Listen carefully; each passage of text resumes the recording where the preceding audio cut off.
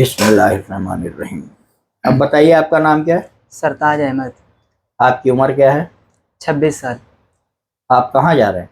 Saudi. आपने medical कराया था, कोई प्रॉब्लम तो नहीं? नहीं, बिल्कुल दिमागी पास। तंदुरुस्त हैं आप? जी बिल्कुल। आप सऊदी जा रहे हैं, घर वालों से पूछा था? जी, सबकी वो इजाज़त है। सबकी इजाज़त है? जी। ठीक है। किस काम में जा रहे हो?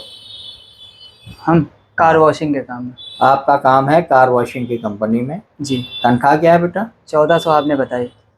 1400 नहीं, हम 1300 बता के अच्छा भेजे। ठीक, 1300। 1300 सैलरी, ठीक, 1300। 10 घंटे की ड्यूटी। अच्छा। उसके बाद जहाँ कंपनी भेजेगी आपको बाइक से जाना है, अच्छा। कार वार धो के चले आना है। जी। महीने में आपको 1300 रियाल कंपनी देगी। 1300 रियाल देगी। जी। ठीक।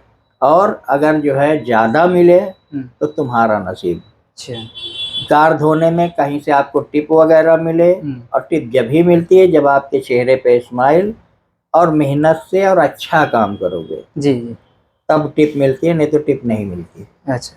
अब आपको मर्जी है कि आप किस तरह रहते हो। जी ईंटा गारा नहीं मिलेगा, जी। खेती बाड़ी नहीं मिलेगी, बकरी चराना नहीं मिलेगा। लेकिन क्योंकि आपका वीज़ा लेबर है, आप लेबर में जा रहे हो, तो ये जी। काम छोड़ के कंपनी जो भी दे वो करना पड़ेगा। वो आपको करना है। मंजूर है? जी मंजूर है। थोड़ा तेज बोलो। जी मंजूर है। ठीक है। अब माइक जावेद को दे दो।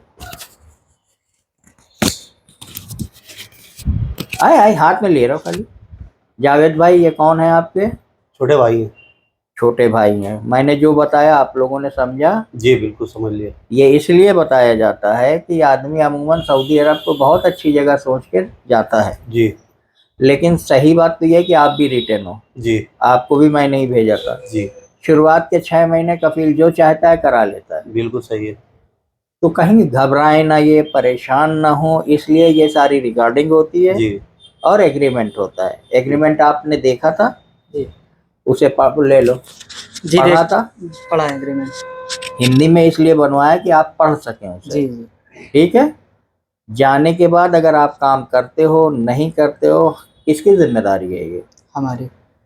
वापस आ गए, किसकी जिम्मेदारी है? हमारी। और तेज बोलो। हमारी। हम 1 रुपए के भी जिम्मेदार नहीं हैं। अच्छा। अगर आपको ईंटा गारा कोई कराता है, खेती बाड़ी कराता है, कुछ भी कराता है, तो अगर कोई शिकायत आती है तो उसे हटाने में भी हमें 2 महीना का समय चाहिए। अच्छा, 2 महीने का। अगर कुछ एक्सीडेंट होता है, आप जाते हो डॉक्टर के यहाँ, जी तो डॉक्टर हाथ लगाते थोड़ी इलाज कर देता है। जी। दवा चलाता है, ऑपरेशन करता है, दर्द की दवा देता, तभी तो मरीज सही होता है। जी जी। वैसे सऊदी अरब में भी है। अगर इन केस कोई काम खराब हुआ जी। और आपने हमें शिकायत की, तो उस चीज़ को सुधारने में टाइम जाता है। अच्छा।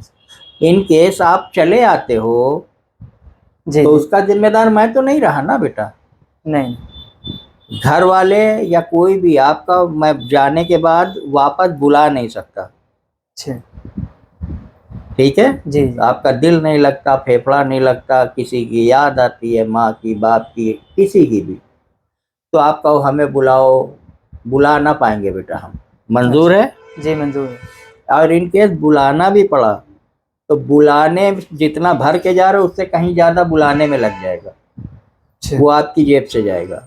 ठीक। ठीक मंजूर। हमारी तनख्वाह में कमी हो, कतई परेशान ना होना। सिर्फ हमें बताना या सैलरी स्लिप भेजना।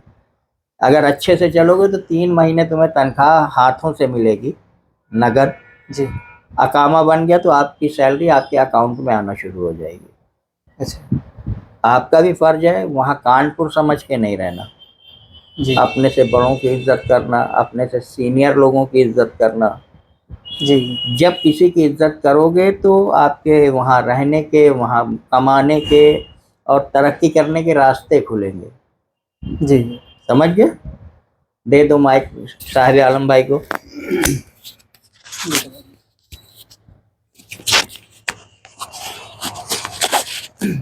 साहिब आलम, जी एक तरीके से ये तुम्हारा बेटा है हाँ बिल्कुल। या छोटा भाई मान लो। हाँ थोड़ा सा मैं टाइट इसलिए बोलता हूँ कि जहाँ अपनापन होता है वहाँ मिठास नहीं रखनी चाहिए। सही बात है। इससे रिश्ते खराब होते हैं। खराब है तो सही बात। और अमूमन होता क्या है साहिब आलम भाई कि आदमी जब कोई मोहल्ले का आदमी आता है सऊदी अरब से तो सोने की चैन और परफ्यूम और जीन्स नई नई पहन के घूमता है, तो यहाँ रहने वाले लोग समझते हैं यार बहुत बढ़िया जगह है और हम भी जाएंगे, बड़े बड़े नोट तोड़ लेंगे और हम भी करोड़पति हो जाएंगे। जबकि सच्चाई ये है कि जाने के बाद 6 महीने तक सऊदी अरब एक जेल है, समझ रहे हैं आप, और जेल में जेलर जो चाहेगा करा लेगा। सही बात है। ठीक है, लिहाजा भैया को समझा के भेजना कि बेटा परेशान ना होना, जाते ही जो है कोई चीज़ नहीं होता। एक हमारे यहाँ की बहू बेटियाँ आती उनको नहीं मालूम कि चाचा को कौन सी चाय पसंद है या अब्बा को कैसा खाना पसंद है। जी। समझना पड़ता है लोगों का मिजाज, फिर अपने आप को उस हिसाब से ढाला जाता है, तब आदमी आगे बढ़ता है।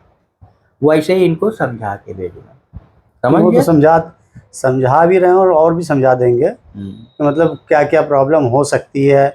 ये तो कुछ अपना नसीब, अपने मुकद्दर वाली बात होती है कि बड़ा अच्छा सब कुछ अच्छा ही दिख गया। कभी ऐसा होता है कि कुछ प्रॉब्लम ऐसे आती है, कुछ दिक्कतें आती हैं, तो दिक्कतें आने के बाद ये नहीं रोया नहीं जाता है, उसको सेटल किया जाता है कि हमको ये दिक्कत हमें सामने वाले के सामने इतने अच्छे बन जाना ऐसी है। दिक्कत आए जो मेरे लायक हो तो प्यार से खाली मुझे बता देना, चाचा ये दिक्कत महसूस हो रही, तो हम वो वजह बता देंगे, बेटा ये दिक्कत इस वजह से हो रही, ये चीज़ें दूर करो या ये ऐसे चलो वैसे चलो तो दिक्कत खत्म हो जाएगी। पहली बात तो जाते ही याद इस कदर आती है कुछ कहने को नहीं। खैर, जो बेटा मुझे एक औलाद की तरह या भाई की तरह या बेटे की तरह समझा सकता था वो मैंने आपको समझाया। आपको और कुछ किसी को कुछ पूछना है? नहीं, हमें तो किसी तरह कोई प्रॉब्लम नहीं, क्योंकि हम आपके पास आए तो मुझे कोई प्रॉब्लम नहीं। अल्लाह ने चाहा प्रॉब्लम नहीं है, लेकिन थोड़ा सा टाइट रहना पड़ता है जावेद। हाँ सही है। क्योंकि बच्चों को अगर हम बड़ा ख्वाब दिखा के भेजेंगे और कल के वो ख्वाब ना पूरे हुए तो ये परेशान हो जाएंगे। सही बात है। ठीक है साहब। बेटा और कुछ पूछना है आपको?